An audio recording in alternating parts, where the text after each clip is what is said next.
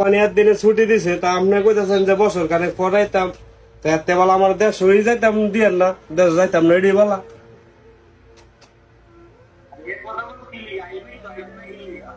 না না, আমার আর দেশ দেয় লাভ নাই, আমার আর দেশ দেয় লাভ নাই।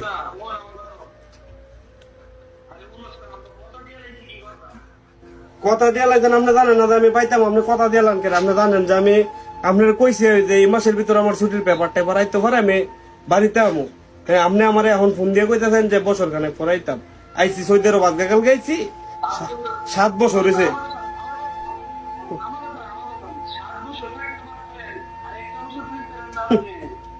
7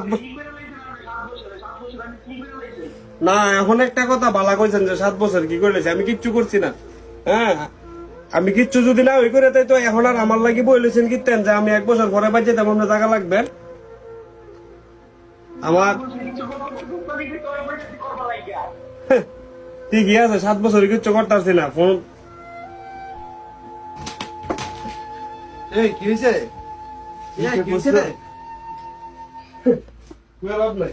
কি হয়েছে? ফোন ভাঙলি রে? কি হয়েছে? ফোন পাচ্ছিস কেন? Bat call. কি হয়েছে? এটা কোস না ওরা ব। কি হয়েছে? বাবা কি হয়েছে? মাথা ঠান্ডা কর। কি হয়েছে তো? না না, 7 বছর ধরে যাবে। হ্যাঁ। দেখ একটু কত পরিশ্রম করতেছি, মাসের পরে মাস পরিশ্রম করতেছি একটা টেনে দেখে বললে কি রাখি না তো বাংলাদেশে মাস শেষে যা আছে সব হিসাব করে কে নতুন তো কই দিই হ্যাঁ। আজগা টিকিট মিকিট কাটতে যে সামান টামান কিনে এলাম তোর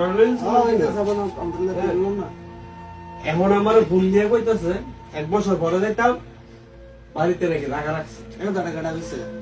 কেটা করবো? ভাই আছে, বাপ আছে, এরা সবাই দেখছিস নি কার কথা? আসলে প্রবাসীরা জীবন এরকম বুঝছস? সবকিছু শেষ করে দিছিনি, সবকিছু মারি মারা দিছিনি, শেষ সব আশা টাশা সবকিছু মারি। দেখছস? শূন্য এই যায় জন্য সবকিছু কিনছে, টিকিট কাটছে, আমি কি করবো? আমরা বিদেশে বাইক যাও। আমরা বিদেশে রইলাম কলুর বলত বুঝছিস নি, কলুর বলত বুঝছিস নি। হ্যাঁ।